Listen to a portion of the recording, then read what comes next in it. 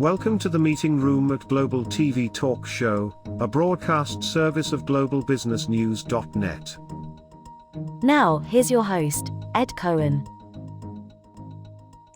Hi, this is Ed Cohen, your broadcast host of Global TV Talk Show, a business unit of globalbusinessnews.net.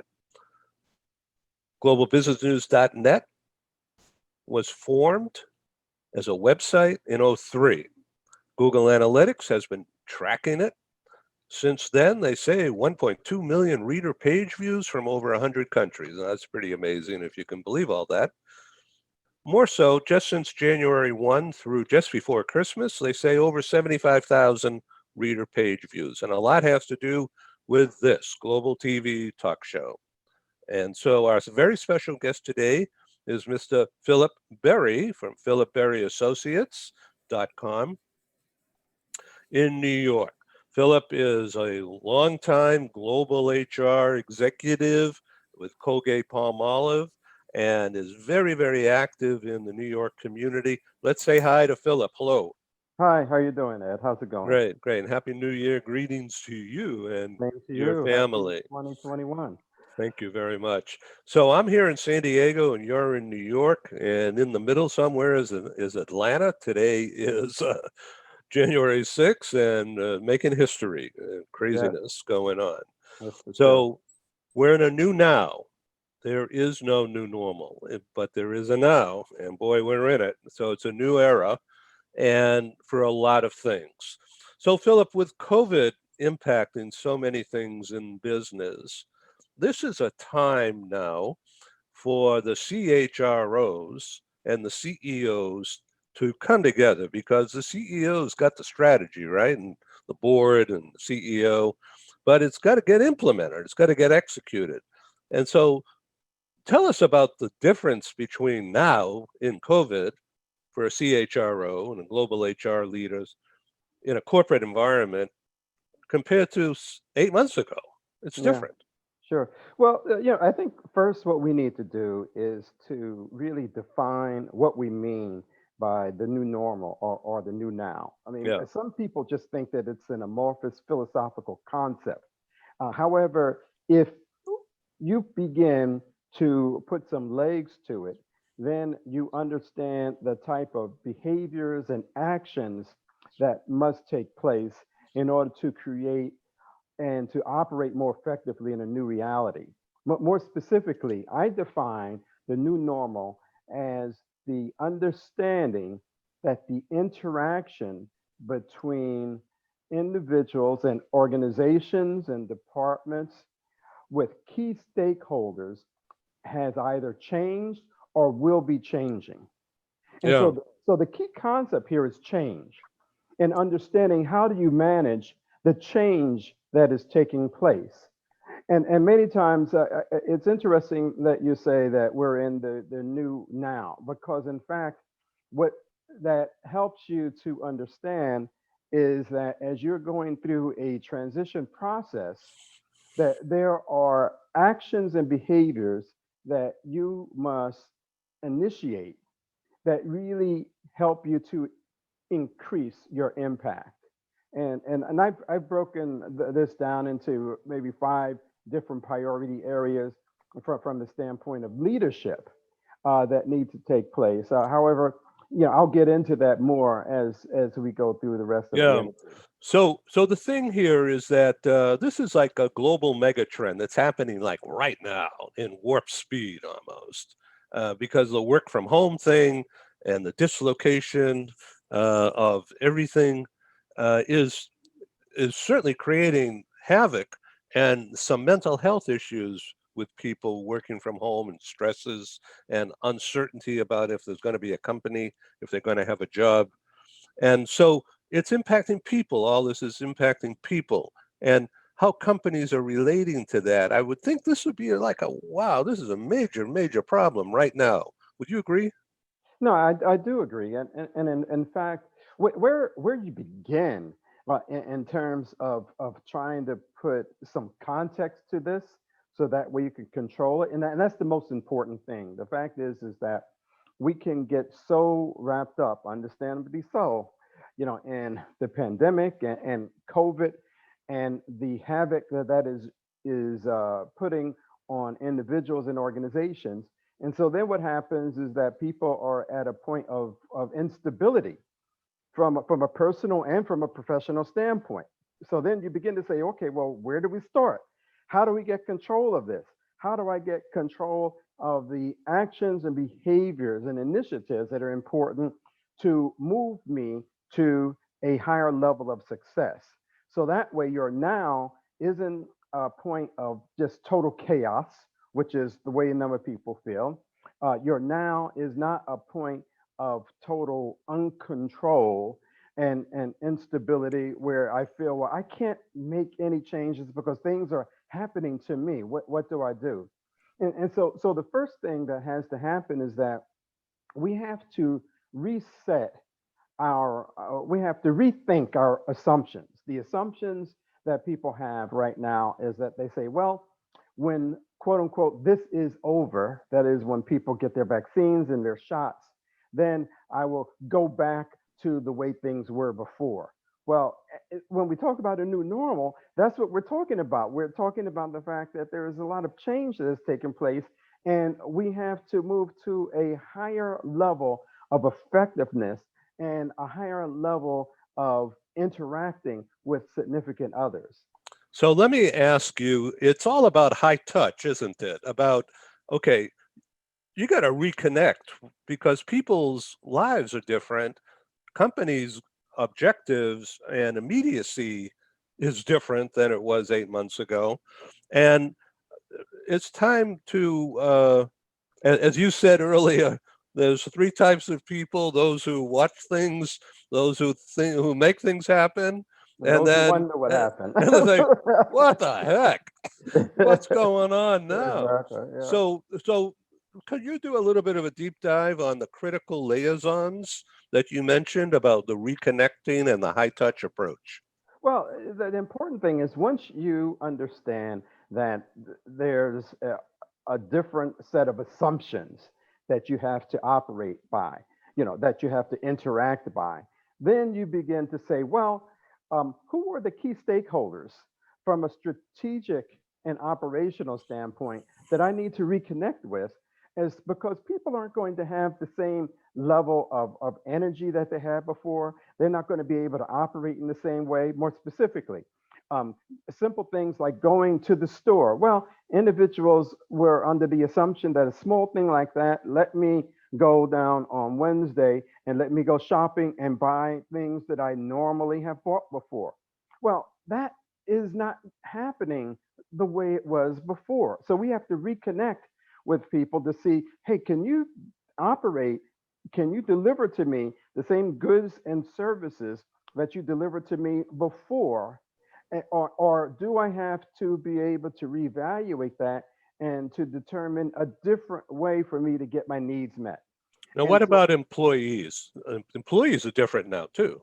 well, matter of fact, when you think about employees, employees are going under, as you stated earlier, a lot of stress in the organization. They're undergoing stress in their personal lives. It's Yeah. not just the organization.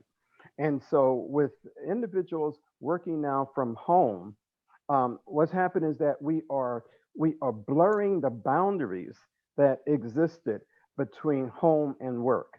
And so, what happens is that individuals there, I mean, like for example, now I'm doing this interview. In a few more moments, I'm going to take care of some home stuff. Then I'll come back and then I'll go into another Zoom meeting. Then I'll interface and handle some family business. Then I'll go back into another Zoom meeting. So what happens is that my day is bifurcated in a way that I never had before. It was the way it was before. I can go and do work. I could go somewhere, do work, then I can come back and I could detox, detach from all of those things. They weren't impacting me. Now I find that it's impacted me in a profound way that is difficult to understand. The level of stress associated with that and that employees are undergoing is something that organizations need to take into account. It's not just that people want to work from home or don't want to work from home. Individuals traveling before, it used to be that individuals who, like, you're in LA, I'm in, or you're in California, so you drive maybe an hour and a half to get to where you have to go. With me, I commute on the bus or the subway about an hour and a half.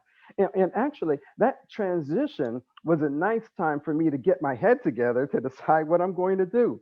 I mean, now individuals say, hey, you have a 9 o'clock meeting, you have an 8 o'clock meeting. If you're talking with individuals overseas, you have to be ready right away. We need to provide an opportunity for organizations to let people rebuild, refresh, and replenish themselves, so that way they can operate on a more effective level. And that's a something that organizations didn't have to think about before. And organizations would say, well, get your personal stuff together and then come back on the job. No, in order for individuals to be effective on the job, which many times is their home, then we need to be able to help them so that they can refresh and replenish. And we need to have some type of policies in place that facilitate that capability. So, one of the favorite things you talk about is strategic architecture, leadership priorities. One of the cute things that I like about what you have said is OKRs, objectives and key results, and how it's so important now more than ever that managers and executives, everybody just readjusts. Could you talk about those other items, connected with OKRs, all the rethink, reconnect, Yeah, reset? yeah, sure. Yeah, the OKRs have to do with objectives and key results, which is an important tool that organizations need to set up as they are resetting their priorities. So after you reconnect with people, then let's begin to reset the priorities that we had. And that means that I may have had certain priorities. In fact, I'll use myself as an example. January 2020, there are certain goals that I had in place for the year. As I went through the year, June, I had to reset those priorities. And in fact, 2021, I have to reset those priorities again. And I have to do it to a high degree of specificity. When I talk about strategic architecture, that is identifying the key focus points where I'm going to reset priorities. So that has to do with the people that work with me and work for me, the people who are supplying me with goods and services, or who I supply with goods and services. It has to do with the marketplace. For example, who is going to be the recipient of some of the new services that I feel I need to put in place in order to be impactful? I will tell you, in fact, what has happened throughout the year is that my business has really picked up quite a bit as I have gone through the year. I have individuals whose businesses are failing, individuals who have restaurants and dry cleaners and all.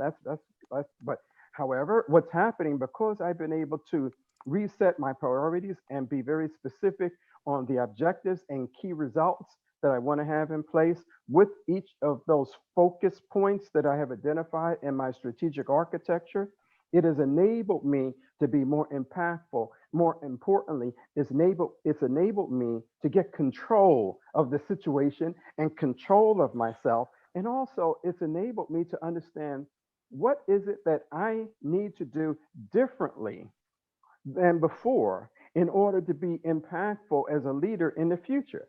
It means that I have to really rebrand myself. And I've had to do that quite a bit.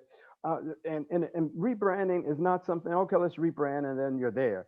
You are continuously rebranding yourself, redefining how you can be impactful with the key focus points in the architecture that you have defined, which are part of your survival entity. They're your world. That's your context that you operate out of. And that's So what has helped me. this is like taking a pill called resilience. Well, resilience, in fact, is another aspect of this. But however, resilience has to occur on two different levels. You have to think about it, first of all, from the standpoint of business resiliency. Um, Mm. Cash flow. How am I managing my debt? um, looking at my accounts receivable and accounts payable, managing that in a different way than I did before. Being able to understand, yes, cash is king. However, how am I able to manage my cash flow and my payment system and who I'm making payments to, so that way I can survive as an entity? Those are aspects of business resiliency. The other aspect of resiliency has to do with the people component. And that is that as individuals find that they are working in a different way, they're connecting with people in a different way than they did before, with their employees, with their key customers. The way I am getting business, in fact, is a whole aspect of resiliency that I have to think about. Before, what I would do in New York, there'd be a restaurant or a club or a meeting that I would have somewhere, and I have it at a restaurant. Well, restaurants are closed. I can't do that anymore. Or I would do it at my club, which is the Princeton Club. Or I can't do that anymore at the club. so so how do I meet people? How do I engage with people? And so what I have to do from the standpoint of resiliency is to find new ways to communicate with people. I have to, matter of fact, one of the things that happens with your brain is that when a certain part of your brain goes dead, it begins to open up a syntax into other areas that make you more effective in those areas. So maybe my legs are having problems now. However, my brain can operate more musically or artistically or something like that. So as a business, we have to develop the type of resiliency that causes new channels of communication to open up between you and other people who have a need to be recipients of your service. The other thing that's important, and it's not a small thing, in fact, and that is that when I say that people are going through stress, I'm talking about, for example, a higher level of PTSD, which individuals only think occurs when you're going through a battle, through a war. Well, what do you think we're in right now? We are in a war with COVID. And so Mm, it's a challenge for us from the mindset standpoint to be able to organize our thinking, to be able to handle things on a stress level, to rebuild, to refresh, and also to replenish. Organizations, if they want to be effective with their employee base, they need to come up with policies that enable people to increase their mindfulness. We need to be more caring. More empathy needs to exist. We have been in a situation where, on a national level, the empathy that we would like to see is not present. And so people don't feel that anybody cares. It's almost like get through it on your own. And organizations are the ones who have to take up the slack when we have this void of lack of empathy and caring for people and caring for the families, because families are all part of the business model. People aren't going to be able, if they're part of the family model, then they're part of the business model. And so I cannot operate effectively without having cooperation and synergies between myself and all of the people in my personal network who support me and help me to thrive. I'll give you one small example. My daughter-in-law, so she had three digital marketing businesses. Two of those businesses went under. What she had to do was that she had to refresh and rebrand herself in terms of how she was going to operate. And so she was able to sell the third one. That third one is really helping her to rebuild in the way that she wants. One of the things that she talked about going through this business is how the family has been able to support her as she is going through this. And I'm not just talking about money and resources. Yeah, that's a given no matter what situation you happen to be in. What you want to do is to have people who are caring, who are going to be supportive, and who are going to help you as you and advise you, and who are going to coach you as you're going through these crises.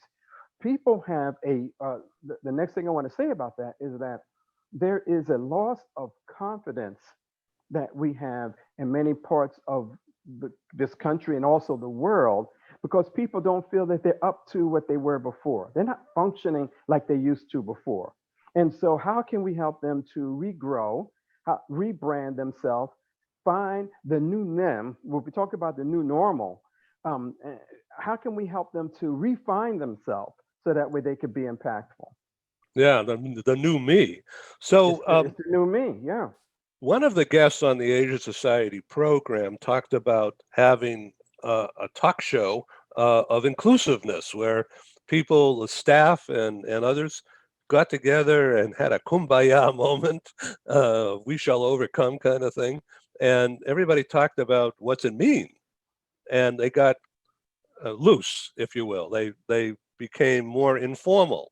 And that's a direct result of the COVID threat, the impact of being threatened by disease and by turmoil and uncertainty all around us, and the role of business people like yourself and others who have stepped forward using the brains and not political might, but just say, hey, we can fix this. We believe things are going to be better, but there's some things we have to do. So let's start talking to one another. So Philip, in your experience now, and of course, thinking back at your Colgate-Palmolive days, when you were dealing with 60 countries and all kinds of people, cross culture, cross border, cross time zones, relating all of today back to then and then back to today, it's back to the future, yeah, but where are we going next? Can we translate this current feeling of inclusiveness into something bigger, say belonging, not just D&I, but actual belonging and not thinking of that guy or gal over there as the other, but belonging? Einstein said that imagination is more important than knowledge. It's a preview of life's coming actions. And so we have to reimagine what the workplace is. And by doing that, it means that we also have to redefine what business do we happen to be in. So for example, if I thought that I was just in the business of just supplying certain goods and services, well, yeah, you do that, but also you are reimagining yourself because supply chain maybe is more important than now than it was before. Optimization on a digital basis is more important. Everybody has to learn some type of Zoom or Microsoft Teams or whatever in some ways, and FaceTime, all of that. It was a time when many people felt that they could get by without learning those things. And so we have to reimagine the venues that we use in order to access each other and find new ways to help us to relate to people.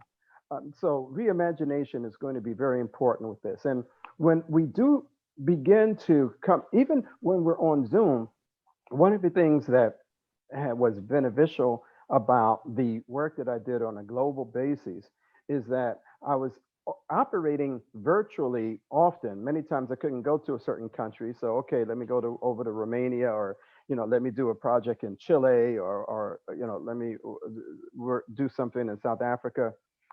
So I can't always travel there. And so I had to work virtually with people.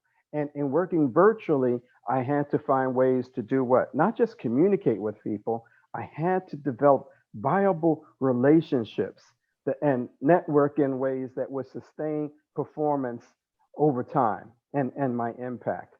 And so it's a new way to use. It goes back, you were talking about the high tech, high touch.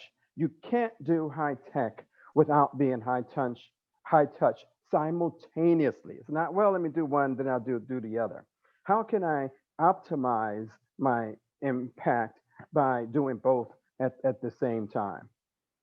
Yeah, it's so, thinking back on your own career, when you were actively involved with managing people and operations related to people in 60 countries simultaneously, my God, how did you manage all that without Zoom? Yeah, that's a good question. I, I don't know how we did it. I think there was some type of an archaic mechanism called video conferencing that was in place then. It reminds me of how I used to communicate by fax. In fact, I also worked at Procter and Gamble even before Colgate Palmolive, and so I would operate by fax, by sending people the All message. these I slippery Yeah, paper. I didn't have a cell phone or something like. I didn't have a cell phone. So being able to optimize and use these new technologies in order to help me to still facilitate high touch while being high tech was very important. And so what does that mean from the standpoint of change? It means that we're going to see other mechanisms that are going to come into place over a period of time that allow people to connect with each other. It means that if we can do this impactfully and if we could do our work effectively, we don't necessarily have to be in what is called a quote unquote office. Like, where is the office of the future? Is something now that people are really challenging themselves with. I conduct a number of meetings. For example, I'm the chair of the board for the City University Construction Fund. It used to be a few years ago that the law, New York law, prevented me from doing. If I couldn't be there at the meeting, if I was like in my place in Florida, I couldn't. I was there for absent and couldn't attend the meeting. The meeting was up in Albany, New York. I had to be there. We have moved to a point where now all of my meetings are through a video conference. I'm doing virtual meetings. And that's more the norm than being there in person. So still being able to touch base with people, to be able to express empathy, to motivate people, to show people that you care, to be able to stay on top of objectives, which have to be very highly identified in terms of roles and responsibilities. That has to happen in a very different way before. It's a new future. It's excuse me, it's rather exciting to be able to operate in this new mode. So what about, excuse me for a minute, I'm looking down here, about resilience training. How are you teaching executives who are your customers now about, okay, let's make you more resilient? How do you do that? I think that the way you do it is by three ways. One, being able, and it goes back to one of the older pieces of psychology that we had in place regarding emotional intelligence. Mm. And emotional intelligence means that you have to be more in touch with yourself, who you are, what's important from the standpoint of your strengths and your own basis of resiliency, how you are able to interact with significant others.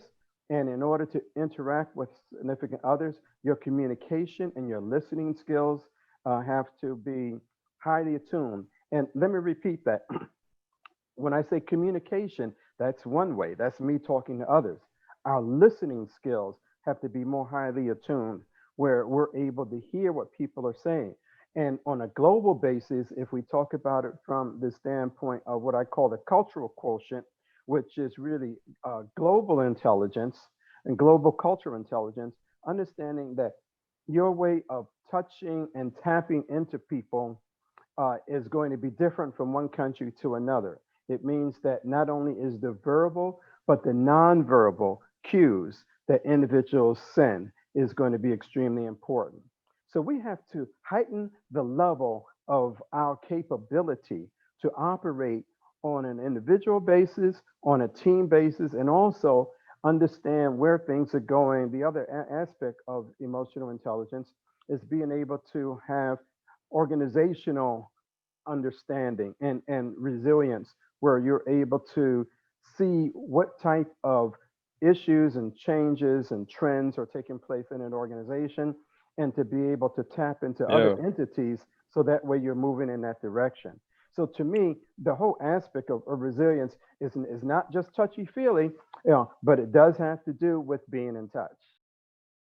And now a word from our co-sponsors. Our programs wouldn't happen without the wonderful support of our advertisers. Here they are.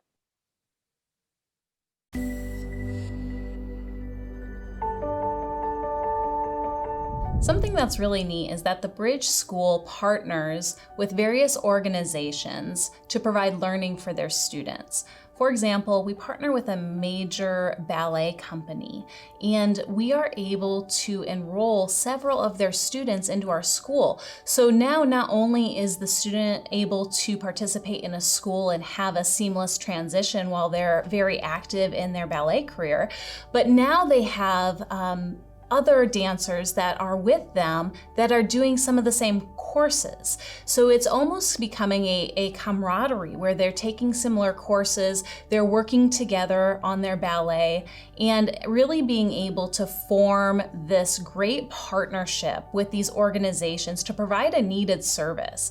A lot of times there are student athletes who will spend hours and hours at the gym or at the basketball courts, wherever it is. And if they're attending a traditional school, they're in school from 8 to 3. They get a quick snack, and then they're at the gym for 3 to 4 hours in the evening. Coming to us and having that partnership, they're able to break that up throughout the day. They can have a morning practice, get some schooling in, have an afternoon practice, finish their schooling in the evening. So there's that flexibility. And additionally, if there are tournaments or performances, it's fantastic because if there's a week where they have shows straight through, they can take that week off of learning and then pick back up when they're done. So it offers this great flexibility.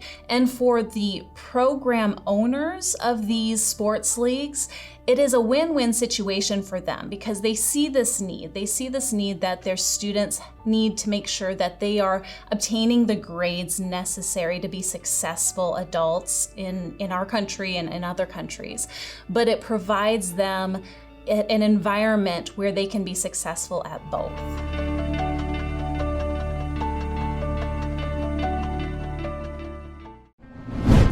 This episode from the meeting room of Global TV Talk Show is brought to you by The Bridge School, the accredited international online private school of choice at bridgek12.org. Porch Light Rental and Destination Services.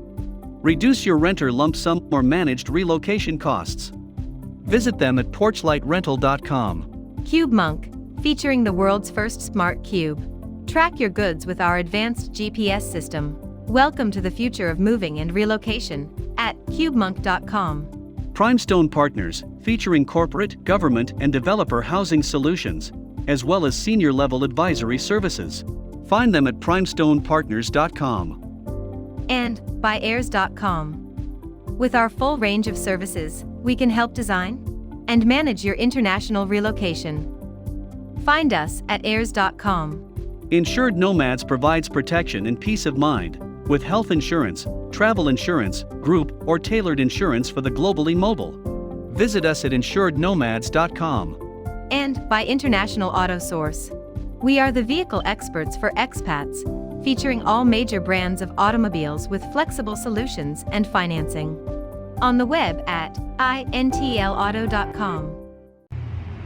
Hi, my name is Christine.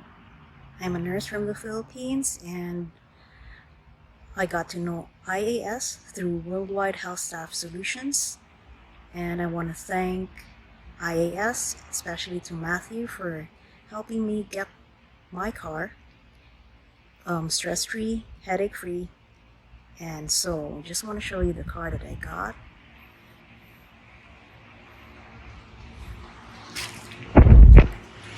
So it's a RAV4 XLE 2020.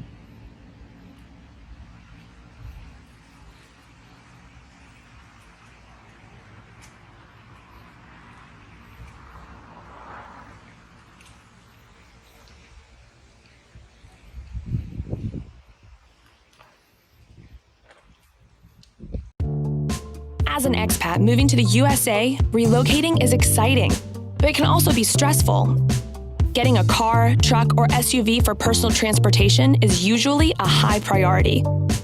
That's where International Auto Source comes in. We make getting the vehicle you want for your work assignment or academic program easy, so you're ready to drive when you arrive.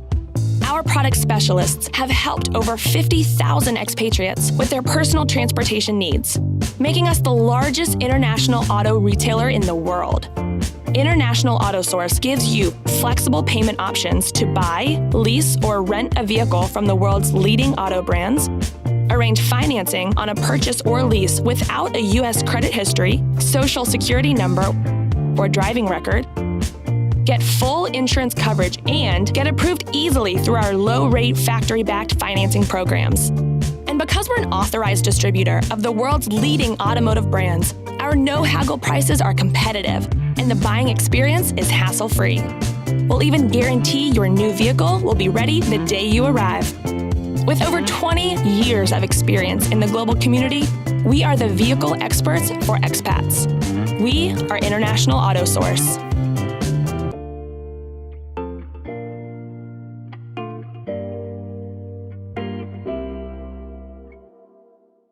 So let's go back to the three types of people that you like to talk about: those who watch what's going on from the side, those who get in the middle and make something happen, and then the others And who are over those there. who wonder what happened. There's so many people who just wondering what is going on because you know, I mean, there are people who make things happen, who watch things happen.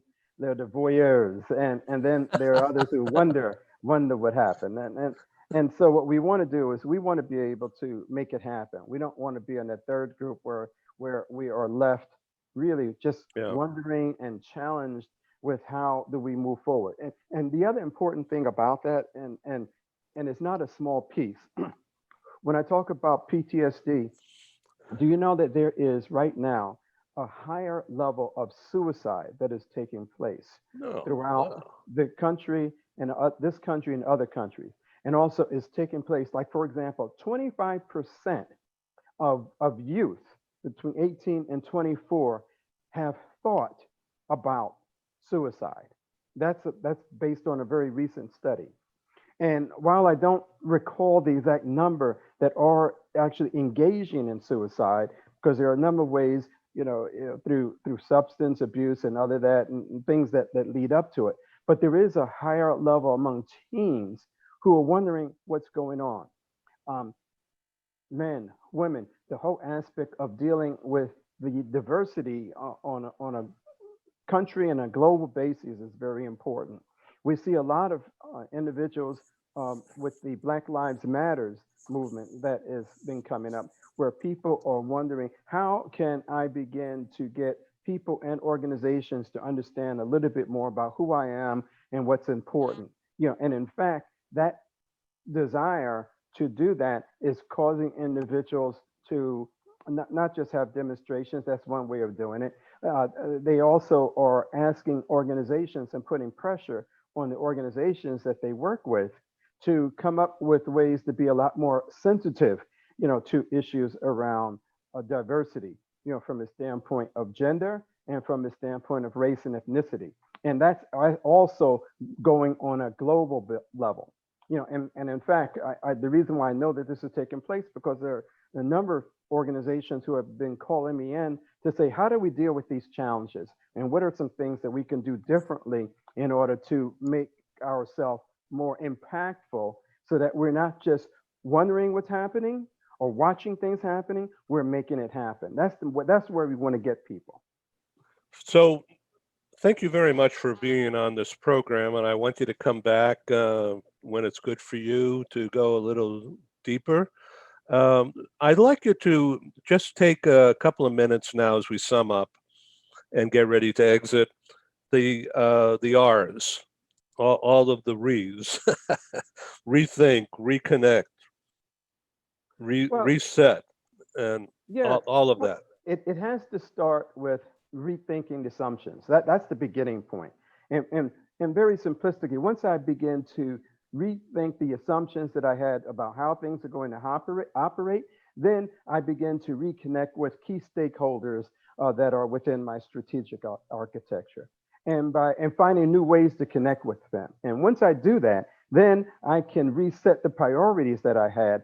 That is the objectives and key results, the OKRs, the policies and plans that we had in place before. And then I understand that from the standpoint of once I have reset those priorities, I begin to build resilience in an organization on a business and at a professional level. And then I can begin to, the cycle is completed because I'm reimagining how I'm going to work, how I'm going to be more impactful. And that has to do with rebranding yourself, which also goes back to my book, which is Being Better Than You Believe, 8 Steps to Ultimate Success. And it's interesting that the new national posture now is to build back better. Everybody is using this word, building back better. Well, I have some thoughts around that. And I think that this can help us to move forward in that way. Yeah. So what's the website where your book is beautifully displayed there? You could get it, in fact, on Amazon or Barnes and Noble. You can get it through iBook. There's a you can get it through your iPad. So you could get you get the actual book itself, or you can get the version that's on iBook through your iPad or your iPhone or your Android device. Being Better Than You Believe? Yes, 8 Steps to Ultimate Success. So also on your website are a few videos. One in particular I like is about the rebranding. So rebranding, this isn't like Colgate-Palmolive rebranding the toothpaste, but it's about personal. And, a lot of people out there, not you and me, because we're alpha types, but not everybody is or doesn't want to be. And, how does somebody who's not an alpha rebrand without feeling stupid? What's important when you think about rebranding is that you start with the assumption of what is my purpose in life? What is my mission? And if I happen to feel that I'm at a point where it's not making any sense to me and things aren't relevant, I have to rethink that. And I have to begin to develop a new sense of purpose that defines my interaction and my relationship with others. It might mean I need to reskill, or it might mean I need to reposition myself. I need to connect with people in a different way than I did before. I have to be able to identify ways of relating so that way people can see why it's important for them to stay connected with me and what I can offer differently.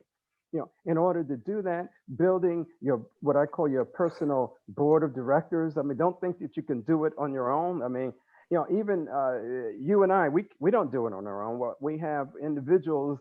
Well, that's for sure, for sure.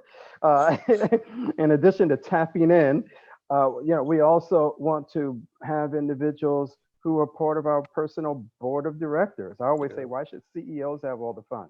The people who you can continually talk with, who can help you as you are looking at a new journey, so that way you could be more impactful. And I tell you, I mean, I rebrand every 3-5 years. In fact, I was remember I was working at Procter and Gamble, then went to Digital Equipment, and then from there I went to Colgate-Palmolive and was working overseas and worked around the world. Took a brief stint with the Clinton Foundation, working with NGOs there, and also with the Rockefeller Foundation, did some work with them, and now back into my own business. I enjoy my business.